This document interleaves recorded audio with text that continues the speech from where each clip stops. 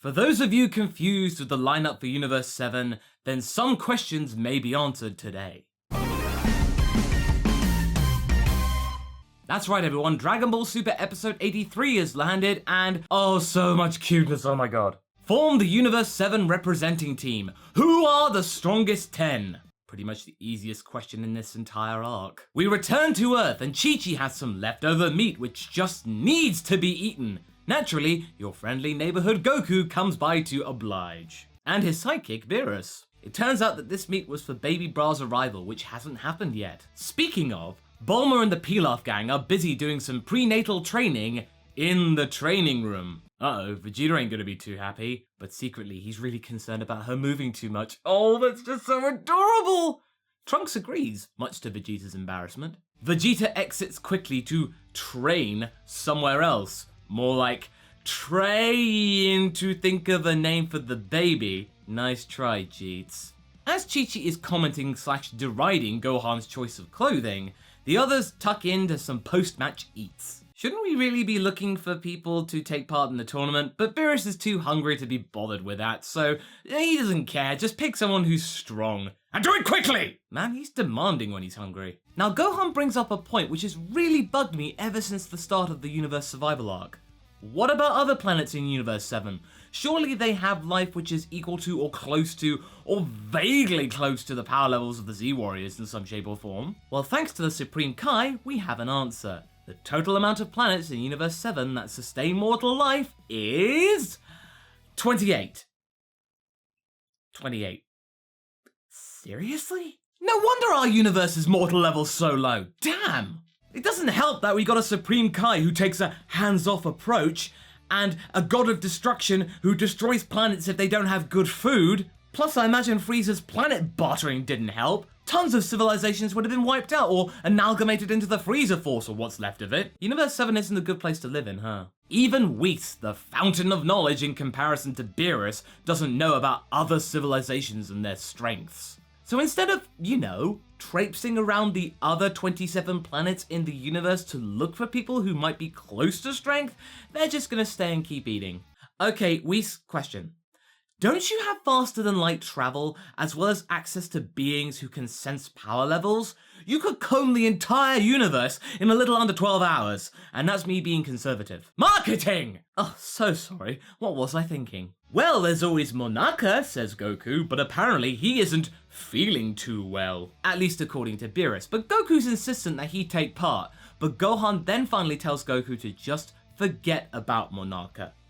As should we. So much for that plot device. Goku and Gohan begin their search thanks to the powers of battle imaging. It's not actually something to make fun of, it happens in real life. Fighters actually do imagine their battles so as to think about strategies. Hey, the more you know. They pitch Krillin against Basil, who was the weakest of the Universe 9 team in the exhibition match, and therefore could be a good barometer so as to gauge strength for other fighters in the Tournament of Power. Gohan's battle image of Krillin versus Basil is pretty accurate, because just like in real life, the Destructo Disc doesn't work at all. According to said battle image, Krillin will lose to Basil, but Goku knows a little bit more about Krillin's tactics and strategies and power than Gohan does. Remember, Goku and Krillin had that little mini arc where they were in the Forest of Illusions trying to get that paradise plant for Master Roshi? Yeah, Krillin was able to unlock some power there. I think Gohan's giving him a bit of short shrift. And then the Supreme Kai asks the question that we've been asking for so long. Why aren't Goten and Trunks in this lineup? They'd be powerful enough to take part, but Goku steps in with the fact that they're too dumb. They're not experienced with tactics and strategy, they kind of just run into the fight and punch people and then hope they actually connect. Yeah, that sounds about right actually, I hadn't thought about it that way. As we're taking strategy into consideration for this lineup, Roshi is now a perfect candidate. He has hundreds of years of experience, despite acting like a total pervert, and so would be of great use to the team. Number 18 is pitched by Mr. Satan of all people. I wonder why. Oh yeah, all the times that she's blackmailed him for jobbing tournaments. Oh yeah, that would leave an impression on a guy. There's still one slot to fill, which will ultimately be Ten Shinhan, but the team decided to take a break for a while, with the Supreme Kai going off to other planets to try and find some worthy competitors. Also, no sensu beans, Goku. They're not an ability, so they're not allowed. Huh, I guess Krillin won't have anything to do during the tournament then. As Vegeta is thinking of names instead of taking names, he actually comes up with the name Eschalot, a pun on shallots, which is actually not that bad. Goku and Gohan attempt to convince Vegeta once again by describing the tournament's facets in sumptuous detail, which does seem to whet Vegeta's appetite somewhat, but he still feels duty-bound to be by his wife's side. Even Gohan's getting a little bit irked by Vegeta's stubbornness. They've got to do something about this. Suddenly, Vegeta asks Goku a very good question. Why does Goku want Vegeta in this team so badly? Normally, Goku would just go off to fight strong guys without Vegeta, without even considering him. Why is it different now? But before we can investigate that story thread, Beerus demands that Vegeta take part, or else. That ain't gonna work this time, Beerus. Someone higher up is threatening that. Whis has an idea though. With the power of his staff, he walks up to Bulma and then rips Bra straight from Bulma's stomach. Oh, brutal. Just kidding, he just uses magic. No labor or anything. That's pretty convenient. Also, I called it! I knew Whis would be involved somehow in Bra's birth. Now, it must be noted that Vegeta's silent stare whilst Bra and Bulma are looking at each other for the first time, even though there's no dialogue, it's still really poignant. Really poignant for Dragon Ball. Good direction there, guys. Also, I just love it. Whenever Vegeta senses that Bra might be in trouble, he instantly goes Super Saiyan Blue. Just there, just cause. Even though it's really, really threatening, it's also really cute. Oh, he does care! Oh yeah, Yamcha's there too. Bra doesn't like that. Oh well, Yamcha, your funeral.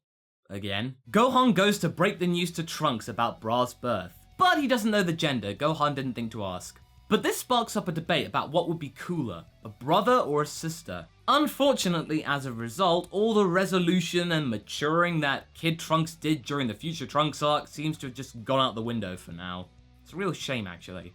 But having said that, it does come back in some shape or form in the next scene. He then gets Vegeta to hold Bra, and just like that, Vegeta whips Bra out of Trunks' hands, saying he doesn't know the proper way to hold a baby. I wonder where you learned, Vegeta. Have you been training with books about parenting? Oh, this cuteness is so ridiculous, I love it. Also, it is properly confirmed that the new baby's name is Bra.